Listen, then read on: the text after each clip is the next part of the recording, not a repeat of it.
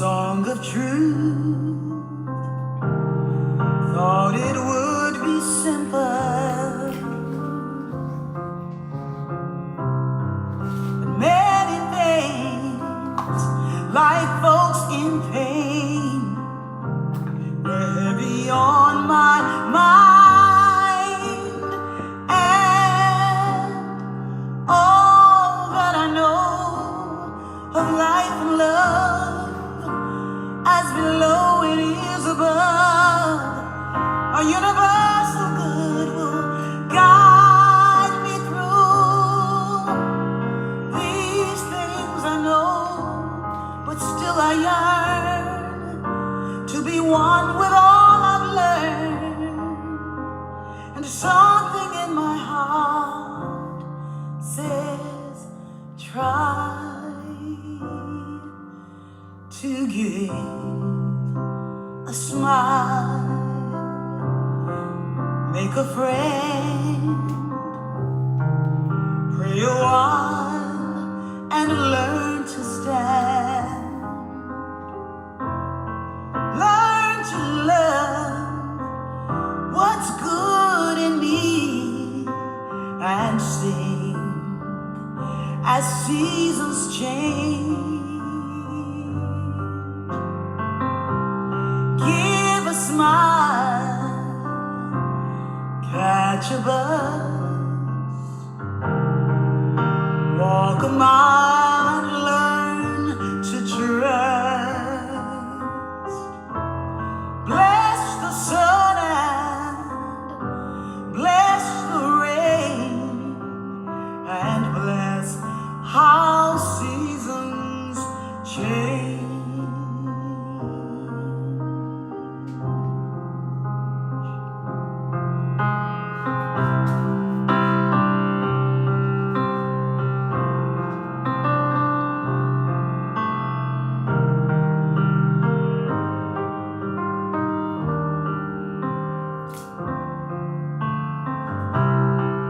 People grow and people go. The truth is very simple, yes. Some will seek and some will hide, but surely all will find. Love will show you how to cry. Love will take you to the sky, and universal good will guide you through. All this we know, and still we grieve the changing of the leaves, but something in our hearts will try to give a smile,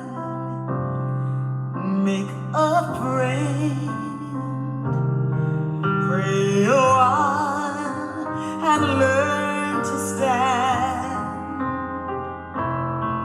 Learn to love the good we see, and sing as seasons change. Give a smile, catch a bus, walk a mile, and learn to trust. Bless the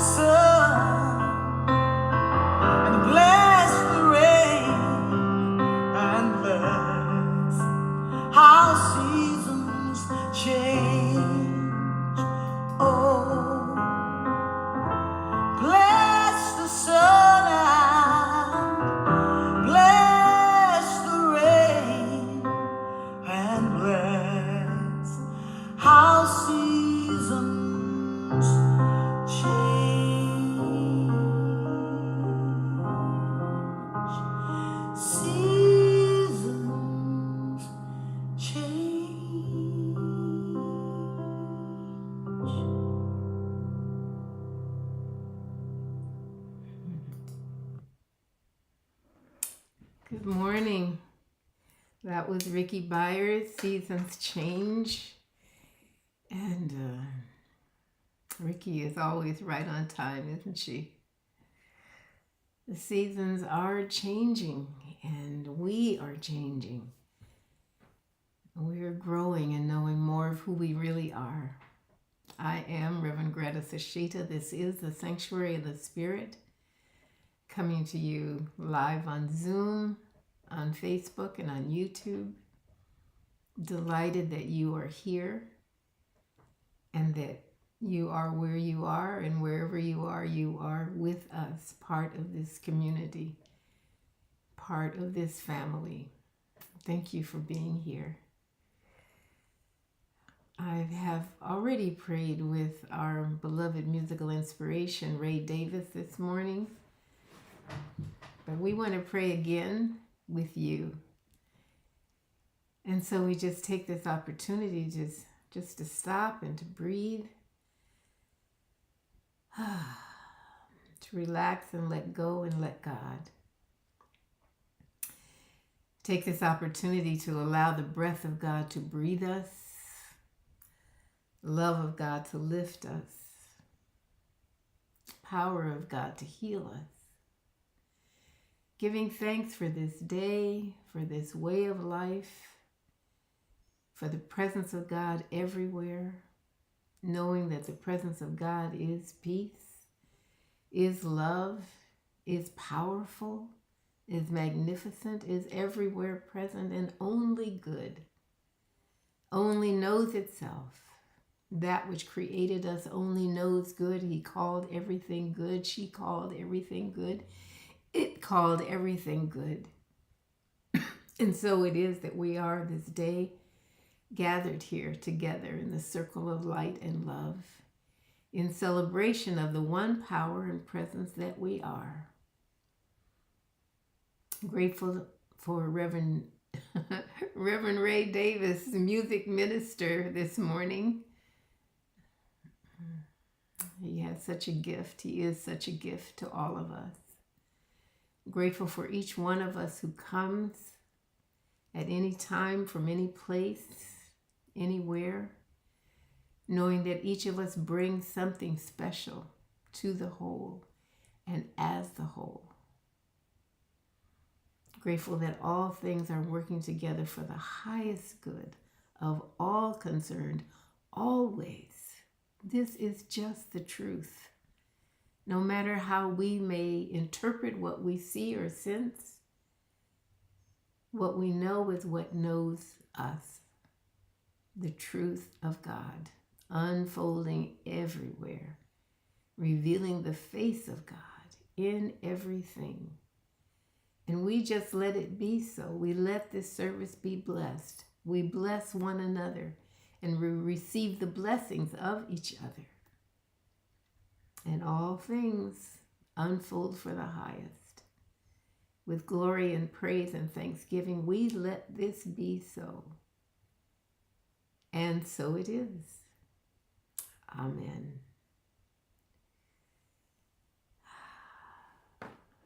That is really the pause that refreshes. And at this time, I would like to invite forward our musical inspiration for the day, Mr. Ray Davis. Are you there?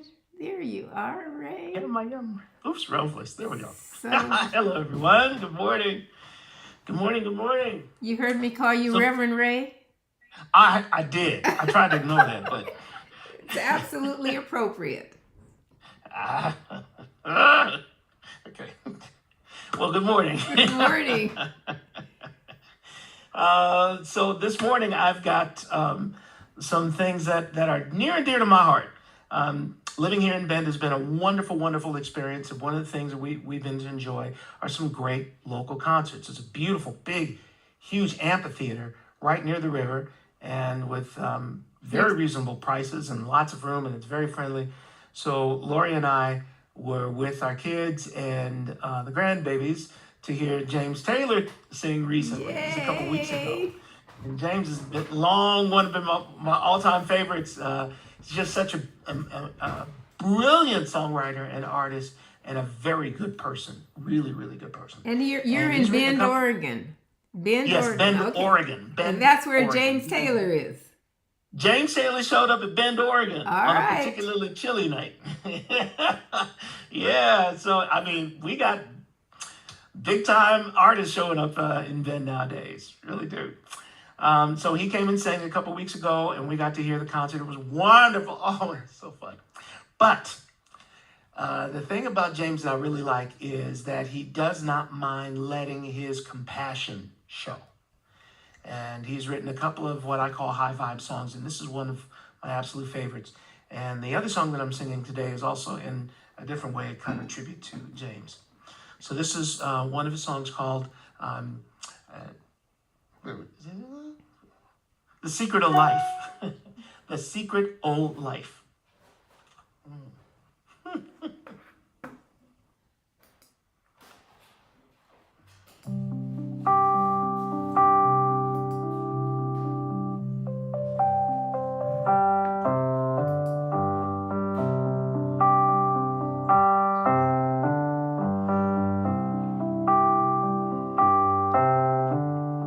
The secret of life is enjoying the passage of time. Any fool can do it. There ain't nothing to it. Nobody knows how we got to the top of a hill. But since we're on our way down, might as well enjoy the ride. The secret of love is in opening up your heart. It's okay to feel afraid, but don't let that stand in your way. 'Cause everyone knows that love is the only road.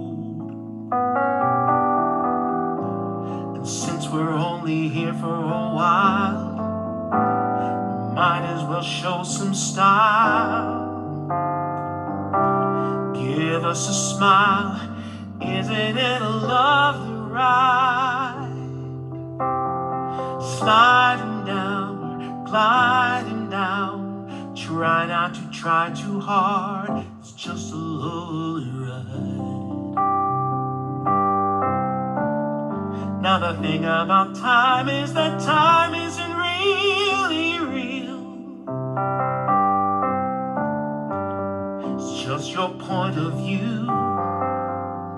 How does it feel for you?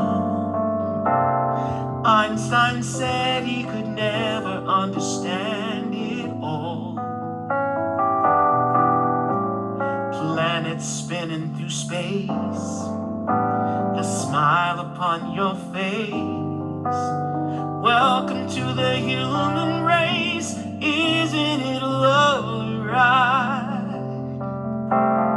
We're sliding down, gliding down. Try not to try too hard. It's just a lovely ride. Just a lovely ride. Isn't it a lovely ride? Oh, I'm sliding down, I'm gliding down. Try not to try too hard. It's just a lovely ride.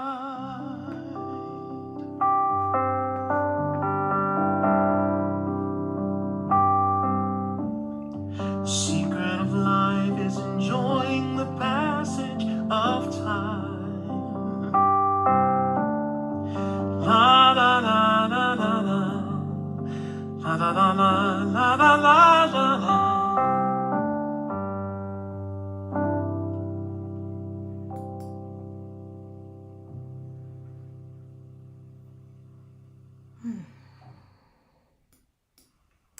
Ray Davis, what are we gonna do with you? You just leave me speechless. So beautiful. The song that you picked, And the way that your fingers just touch the right keys, that this music, this magic comes forth from your soul, from your heart. Thank you, Ray. That's why I'm here. Oh my God, thank you. Such a blessing. Whoa. Ray Davis.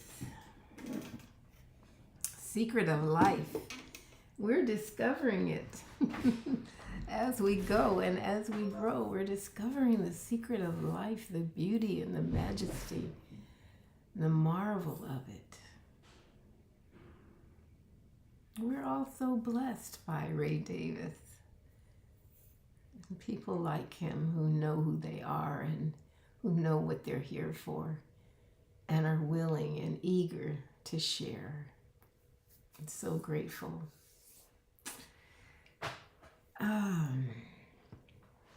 Well,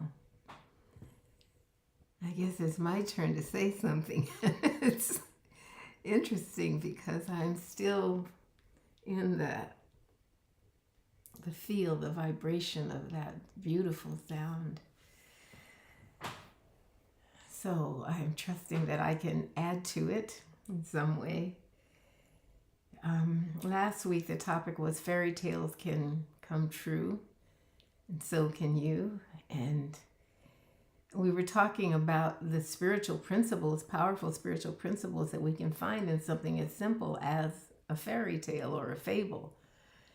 And that they unfold right after the once upon a time and before we get to lived happily ever after. And I played Ricky's Seasons Change song because the seasons are changing. And next week, apparently, is the summer solstice and the beginning of summer, and it's already starting to feel like summer. And the seasons are changing, and we are changing. As we are discovering the secret of life, it's maybe very different from what we thought it was or what we've been told that it is. And the way that the talk kind of unfolded this time was rather than kind of like one central theme, it was like little kind of bits and pieces, kind of like last week when Hansel and Gretel were picking up the crumbs that they dropped to find their way back to home, to where they wanted to be. These little crumbs of ideas came to me.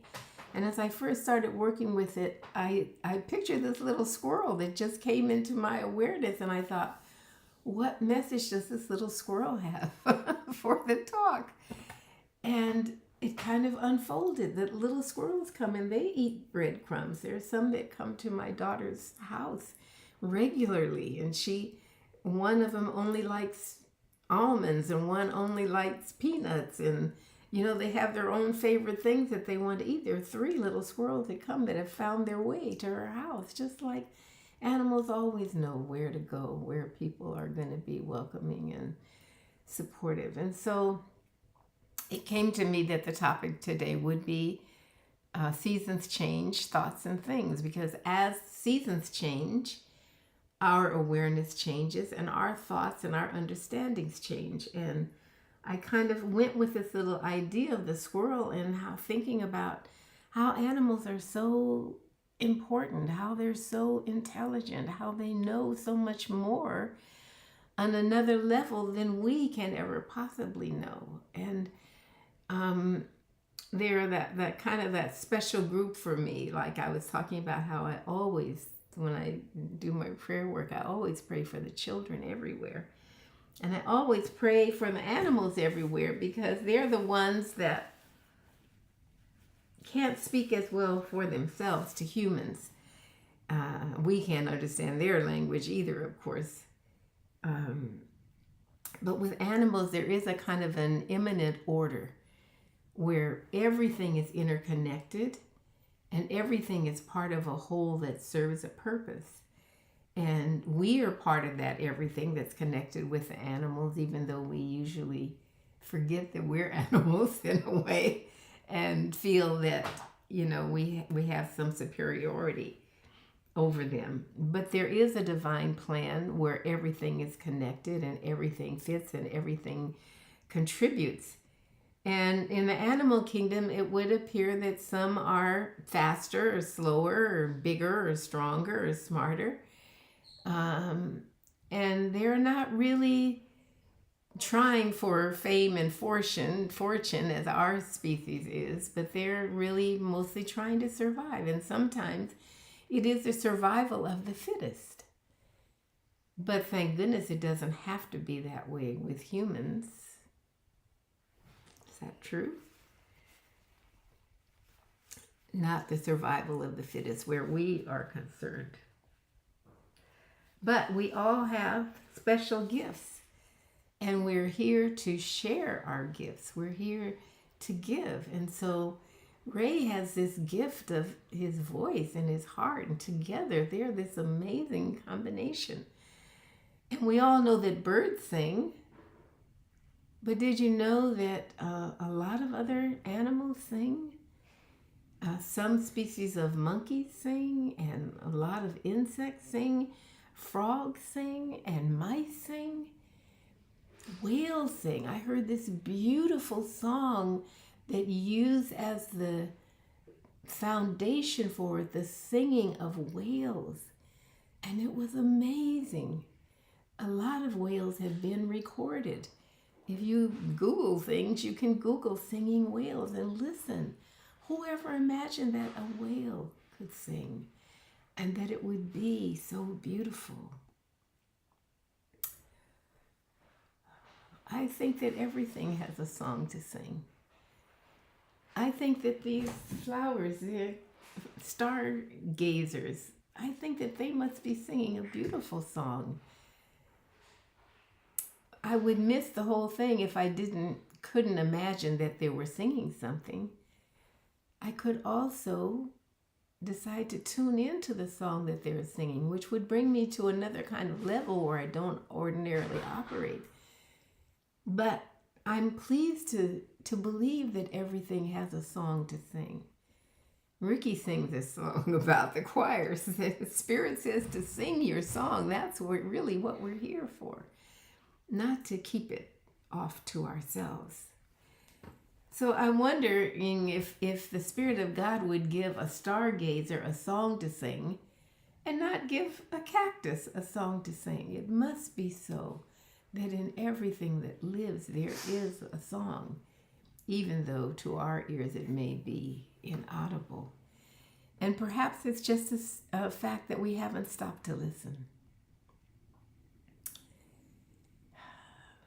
I'm wondering if you've ever been walking down the street and see a worm on the sidewalk, kind of barely moving, and maybe stop to pick it up and put it on the grass so that it could live.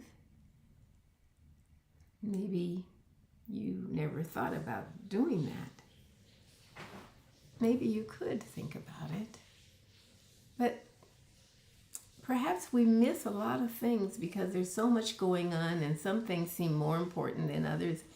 And a lot of things just get glossed over, even the things that are important. Like maybe we don't, a lot of us love our dogs and we love our cats. We don't stop to think about loving a pig or a sheep or a cow. And I think it's hard to think of loving a cow if you're eating it. So maybe that's another thing that's kind of been, we haven't really thought about it like that. How that feels different to love a dog or a cat or to love a cow. But plenty of people do. And their love is returned by the animals for those that have eyes to see it and a heart to realize that that's what's happening. So, just dropping little crumbs as I go. I got all excited and I didn't even start with the reading, but I want to share it because it's about seasons. And it's by Karen Brailsford. And Karen likes to write. She tunes into the voice of God and she takes dictation. Because the voice of God is continuously speaking to us, and it takes the form of writing a letter, as if God is writing a letter to you, and Karen writes it down, and then we get to read the letter. So this is the letter. The title is called Seasons, and she starts with a quote from the Bible, which is, "For everything there's a season." I would say for everything there's a song, and a time to every purpose under heaven. And so the greeting is, "Dear beloved," and that would be you. "A new season of your life is here. Allow delight to wash upon your shores. Allow the goodness of God to lap upon your consciousness and be inspired. Be inspired to create. Be inspired to dive deep into the fullness, into the wholeness of you. Be inspired to become all of you. There's no need to hide your magic, your majesty, your magnificence." Take a breath as I sense your hesitation. You are exactly that. Magic, majesty, magnificence. When you own it, you give permission for others to see it, to welcome it, and to be inspired, to be that for themselves. You are a mirror. Mirrors reflect truth that may lie dormant. Mirrors hold the answers to mysteries you've been attempting to decipher for lifetimes. Where do you need to forgive? Where do you need to let go? What do you need to transmute? What do you need to transcend? You see, it's never about somewhere or someone or something else, a political system or a belief system. It's never about the illness or the lack or the suffering or the inability. Reflect back on this lifetime. Remember when you were compelled to drop down on your knees. Remember when you cried out. Remember when you raged. And now remember when you rejoiced. Remember when you laughed. Remember when you danced. Those times are here again, playing out as a season in your life. It's tempting to want to focus on what you perceive as painful, but you have a choice. You can embrace the sorrow even as you break out in radiance. You can stare down the suffering as you sweep up your being from the depths of the ocean. You are no longer a sunken treasure. You can embrace yourself. You can love yourself into wholeness. This letter is signed, Love, God in you and as you.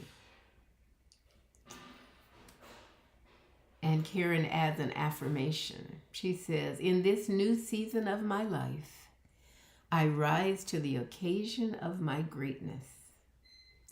I'm forever evolving and plunging the depths of my soul.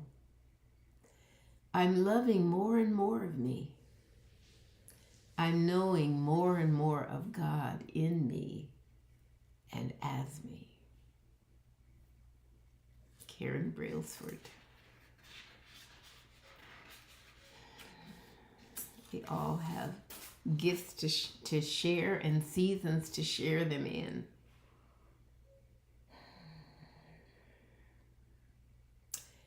Seasons when we feel up and seasons when we feel down. Everything is evolving and changing, but it's all spiraling upward. It's all for some good that we may not be aware of, these seasons of our lives. These seasons when so many stories of things that are happening and told in different ways. All the headlines this morning are interesting, which is an interesting word that I like to use when I can't find another one more appropriate. But with all the things going on, maybe you say, oh, ain't it awful that a man could be so depraved as to do the things that Diddy did. And what did Diddy do? But take to an extreme what many people really want to do.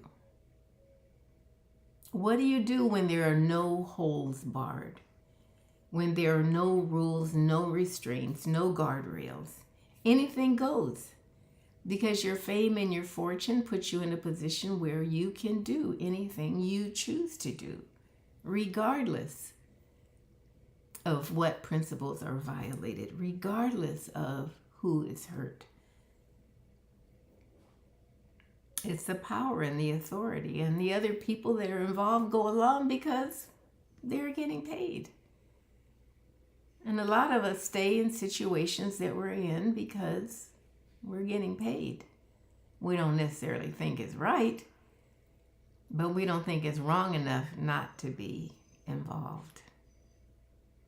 So hey, if that's what you want to do, okay, I'm here. I'll collect my check, or I've got other things to think about besides that. Staying out of it. These days, people will do just about anything for fame and fortune. And they'll do next to nothing for their own fulfillment and peace of mind.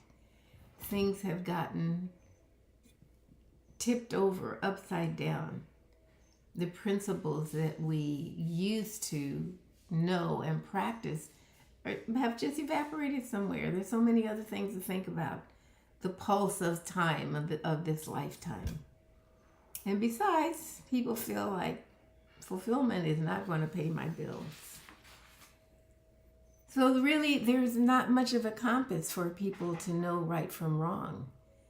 That's not what's leading people. We don't come in really with a philosophy or any kind of spiritual training or support. I mean, who has time for that now? People raise their kids the best they can, and you know, if you grow up to adulthood, you're doing okay, and you're doing the best that you can. You're out here just trying to make it. All the GPS devices are set to success. Just do whatever you have to do to make it, and that is what we are attuned to. The rest of the stuff we don't really want to get involved in if it doesn't have anything to do with us. It's almost as if humanity has fallen into insanity. Up is down and right is wrong, and never the two shall meet. And who has time to worry about it anyway? Because we're just out here trying to make it. You just do what you can to get along, and you try to avoid death and taxes. Everybody's rushing around, hurry, scurry, helter-skelter, nowhere to run, nowhere to hide. We're just out here with the clock ticking and the starting gun going off. And if you don't start, you're going to be left in the dust in a pile of heap at the bottom of the ladder that everybody's trying to climb. Running over people, running over other living things to get where we want to be, the things that get in our way or that seem to hinder us in some way. We're chasing after things that really don't have much value. I mean, you know, I'm preaching to the choir. I know you know all this stuff. Just ripping and running, and, you know, is this something I can bet on? What are the odds here? It's just, where's my guarantee? How am I going to get paid? How am I going to get free in this lifetime?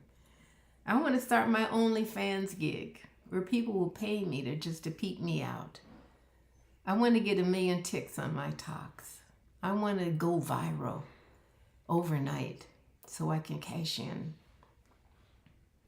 I found this quote from John Templeton, and he was a banker and managed funds, and he also was a philanthropist, and he gave to a lot of different organizations. And he said that fulfillment and happiness come from spiritual wealth, not from material wealth. That happiness comes from giving and not from getting. If we try hard to bring happiness to others, we can't stop it from coming to ourselves also.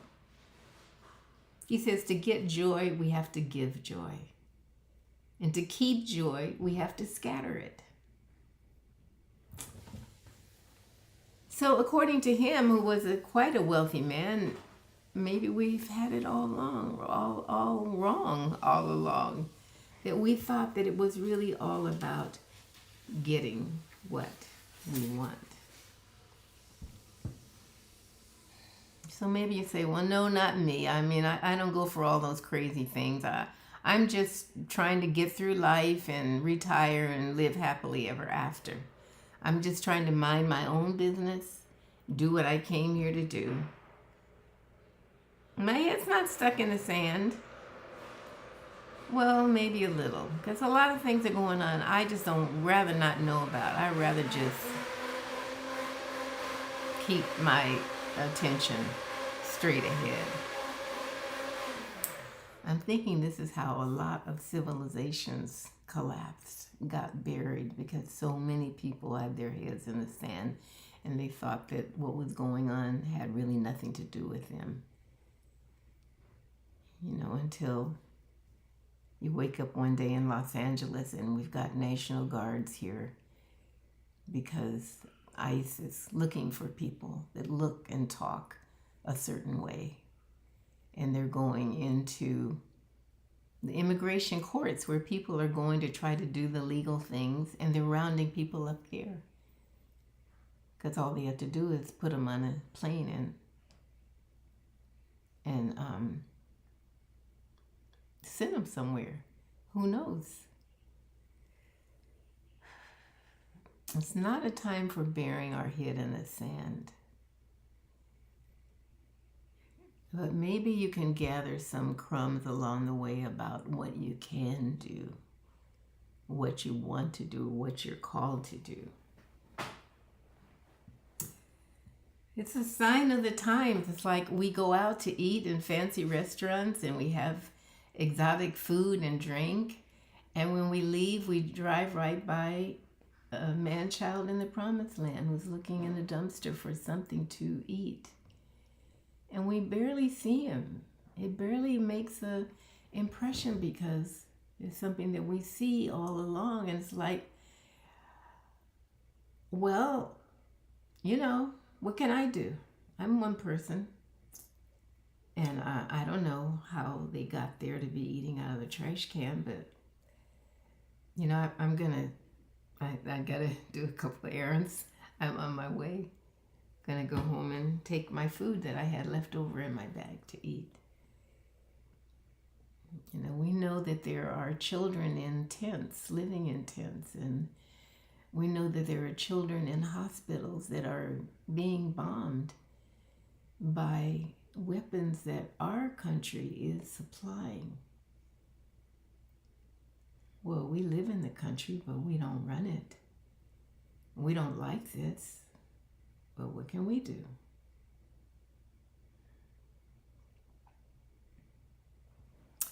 There's a Benedictine monk named Brother David Stendhal Rast, and he wrote, "If we shut our hearts to the pain of the world, our celebrations become superficial.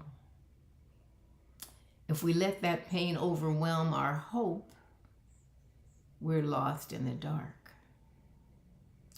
Tears in which pain and joy flow together do justice to life in its fullness." So that's what we need. A chance to cry. Tears of pain and tears of joy. Because that life, this life, has both of those elements very strong in us. Almost as if we can't have one without the other. And the pain is so evident But the evidence of the presence of God is joy. That is what brings us joy. And the presence of God is always where we are, no matter what the pain we are experiencing or anybody else. We can stop looking in the world for solutions to the problems that are in the world. We can stop trying to solve the problems on the level that created the problems, to rise above that. We can't overcome evil with evil. We think we can fight hate with hate. We think we're justified in hating people who hate other people, but then we become people who hate other people. The master teacher said, in the world you will have trials and tribulation. But don't worry, I've overcome the world. And he overcame the world with love, and he overcame the evil with love. And I know that it sounds like, yeah, that sounds great. But what good is love going to do against evil? You can think about the people who overcame, and they did it through love, which is always available and which is perhaps the only thing that ever really has overcome evil, for real. And it may appear that people who lie and steal and cheat are rewarded, they're pardoned, or they're privileged. But that is the way that it appears to us from where we're looking. But for every physical problem, there is a spiritual solution. And once you realize the spiritual solution, you apply it, and the problem just fades into nothingness. Where did that go? We get to be open and receptive to the voice of God, to the song of God singing in everything, and that in itself changes us. We get to be open to the voice of the Spirit. We get to be open to the law of love and the law of that which is divine.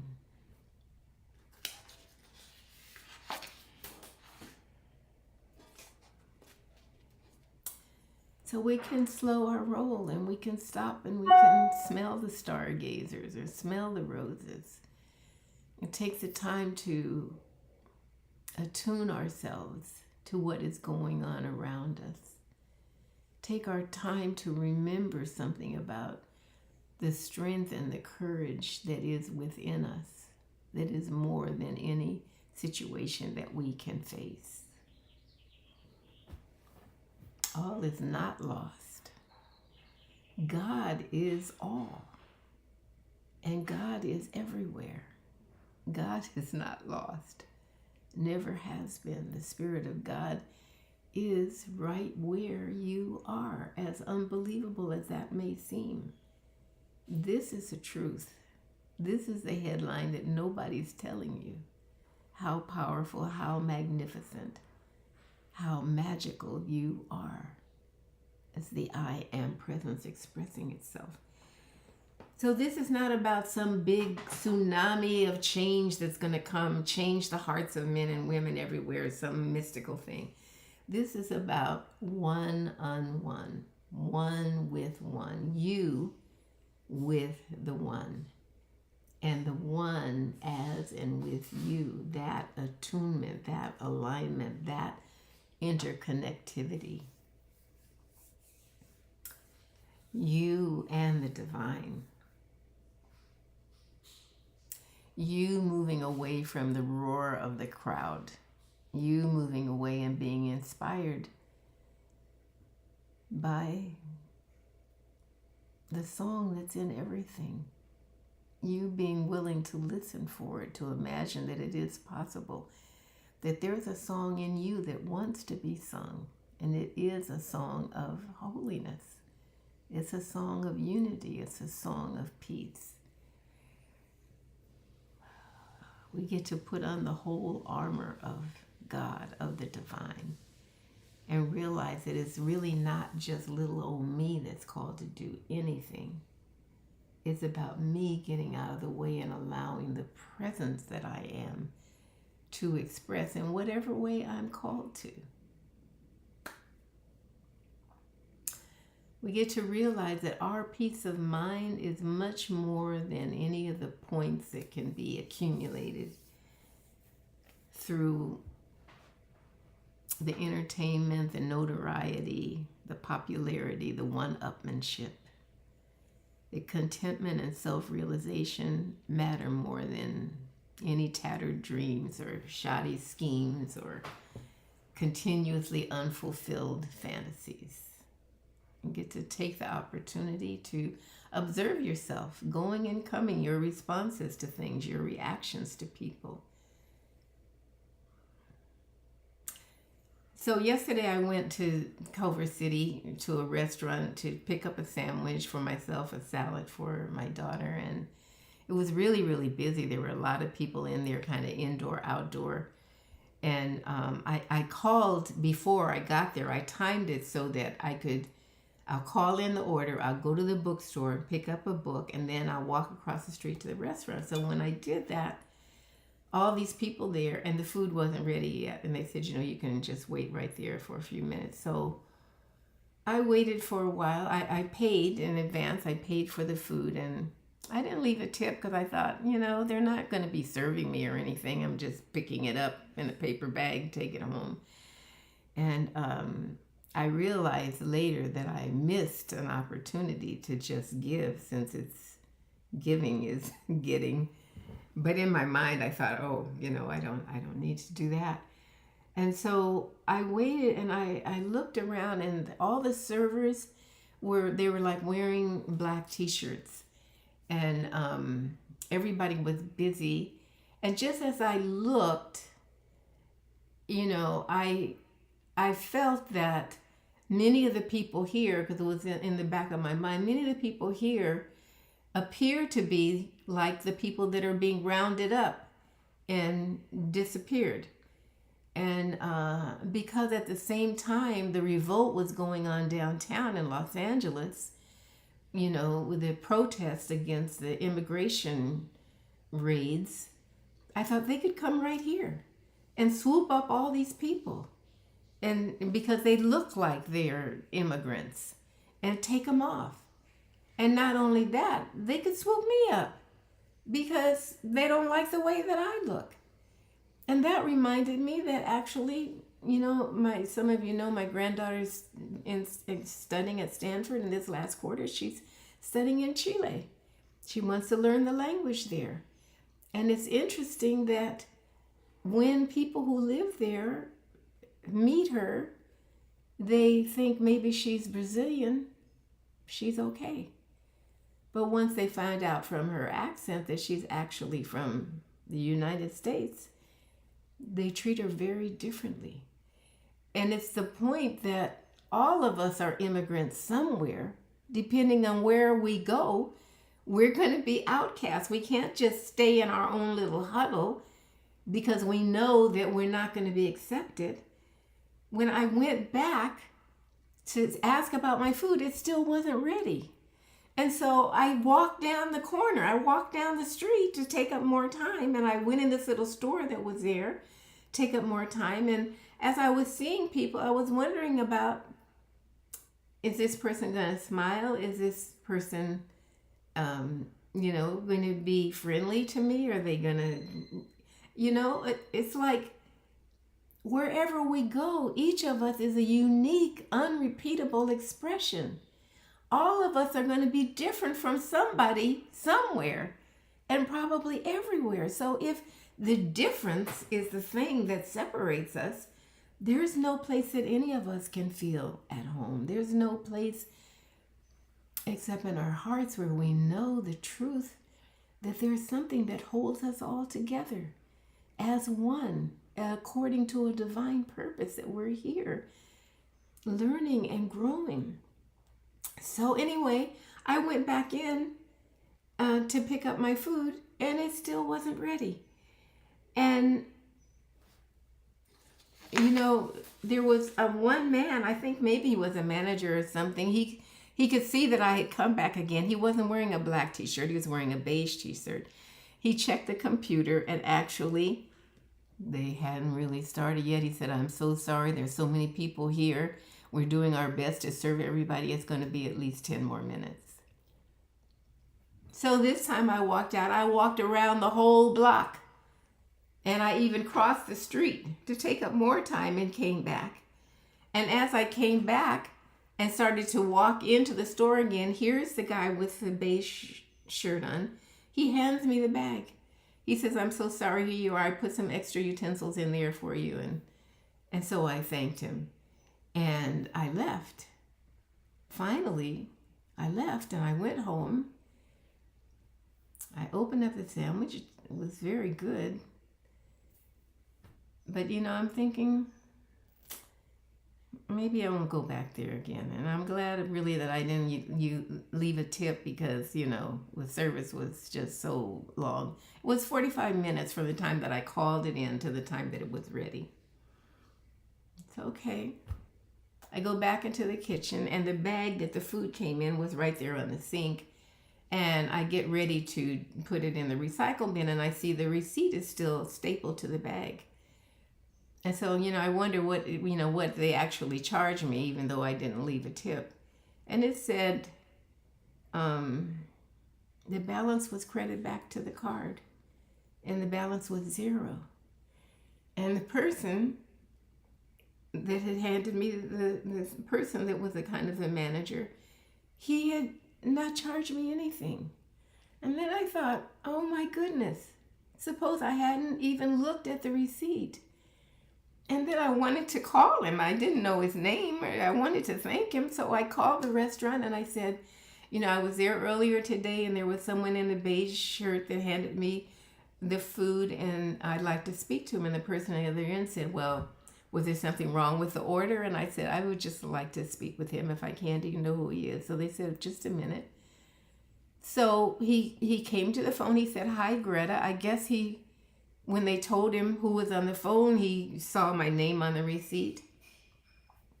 I told him I just looked at the receipt and I saw that I really appreciated so much that you didn't charge me. And he appreciated so much what I said. And he said so. He said it meant a lot to him and that they were there and they wanted to serve good food and provide good service to people. And he was happy to do that. And so I could just feel the connection of me appreciating him and him appreciating my appreciation.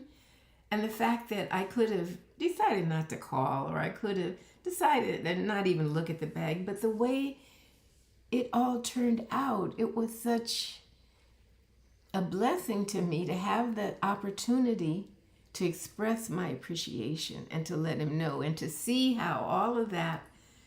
Remember how I didn't even leave a tip? I thought I was withholding something. I thought I didn't need to share in that way.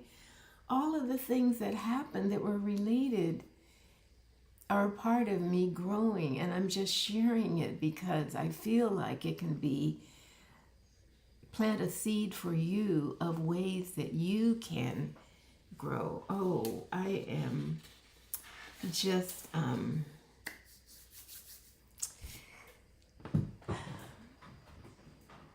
going over my time.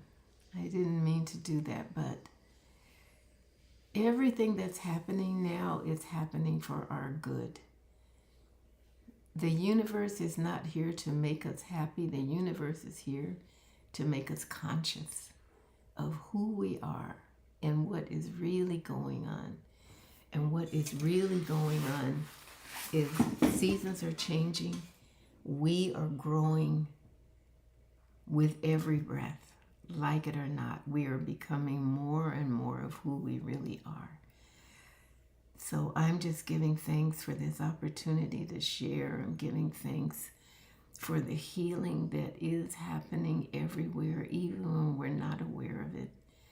I'm giving thanks that no matter what is happening, the Spirit of God is right where we are because it is in us. It is who we are, the I am that I am. I'm grateful that all things are unfolding for the highest good of all concerned. And I just let this be so. And so it is. Amen. Oh my goodness. I don't want to miss this next song that Ray has to sing. Ray, we have plenty of time for your song. Will you share with us? I'd be happy to. I got carried away, Ray. Excuse me. It was wonderful. I was go preach on. Because I come from a church. I come from a church tradition. When I was a child, if we started at 11 o'clock, and if we were still there at 1:30, ain't nobody complained. Nobody was surprised. All right. All right. Thank you, Ray. It's true. Oh my goodness. And there's so many wonderful things that showed up for me in your talk. I do want to remark on one of them because it ties into this particular song. There's a spiritual principle, ageless wisdom teachings, Hermeticism specifically. It says all things vibrate. Yeah. Everything vibrates. Yeah? And what is sound but vibration? Yeah? And pitches, music, is defined by its rate of vibration. C has a particular rate of vibration. A has a different rate of vibration, and etc. Everything is singing. Everything is making sound right now. Yeah. Our ability to observe and assimilate the sound is paramount to our ability to connect with all of life, with the one life. Yeah.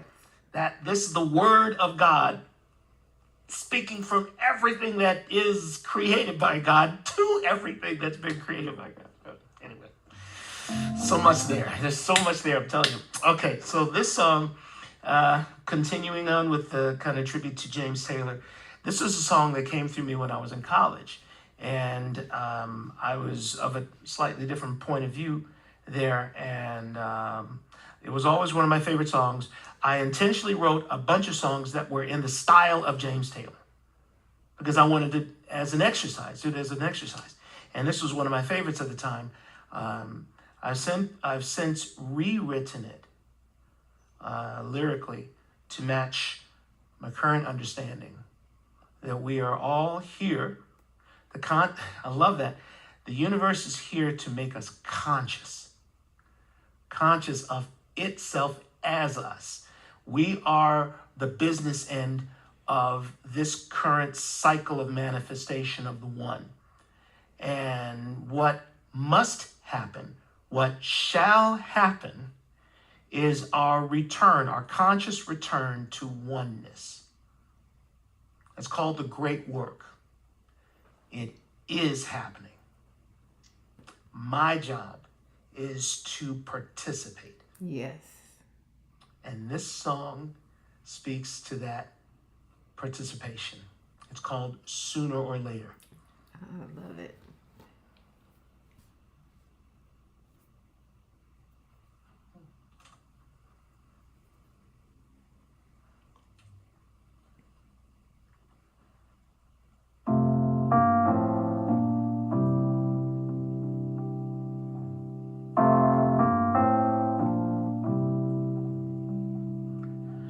I of flesh and bones, I of scent and sound and sight, I have always known myself to be.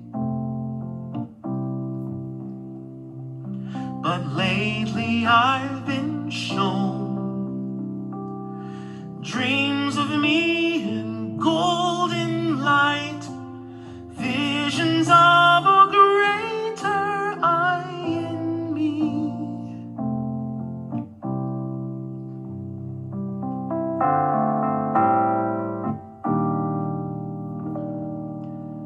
Instead of holding to old self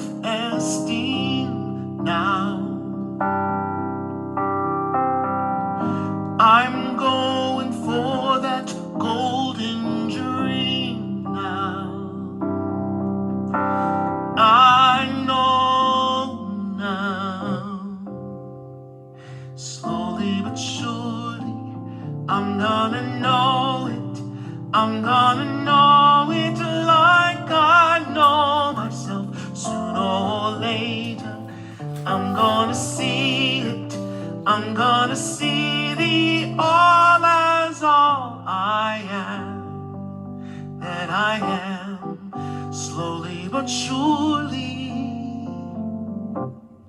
sooner or later.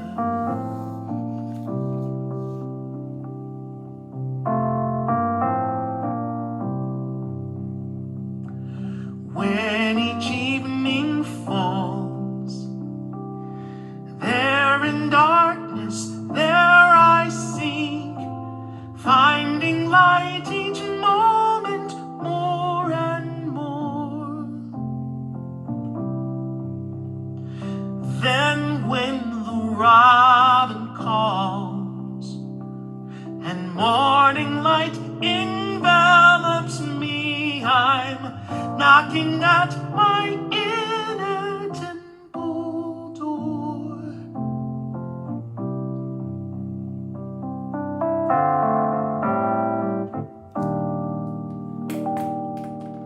I can't preserve this personality now.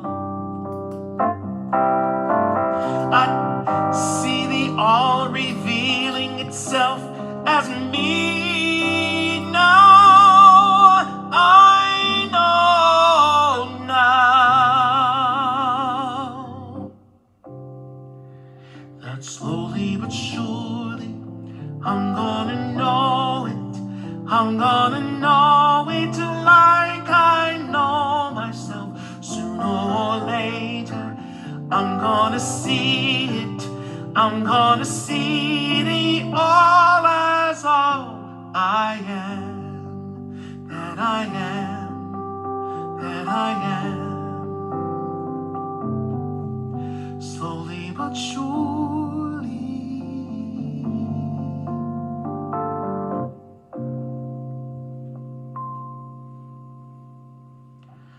sooner or later.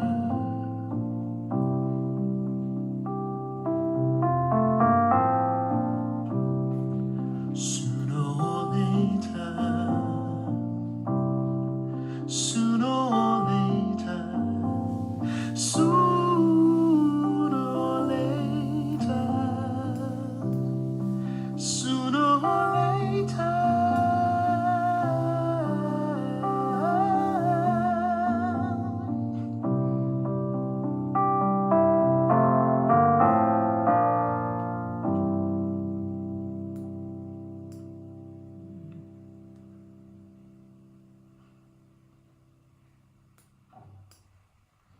That is how it happens, isn't it? Slowly but surely, as much as we want to hurry up and get it done, Spirit of God takes the time that is needed for us to grow. It's impossible for us to rush. It seems as though it's possible for us to delay lifetime to lifetime to lifetime to lifetime, but it always happens in divine time and in divine order when we give ourselves to it. When we give ourselves to it. Mm-hmm. Yes. Thank you, Ray. What joy. Incredibly wonderful. Thank you all for being with us today. Thank you for your willingness to share this ministry with your friends on your social media pages. Thank you for sending your contributions, your tithes, your offerings, everything that supports the ministry. Thank you. I just appreciate so much all of your support and all the ways that you're called to support the ministry. And I pray that it blesses you. I know that it blesses me to be able to share it. And so I thank you.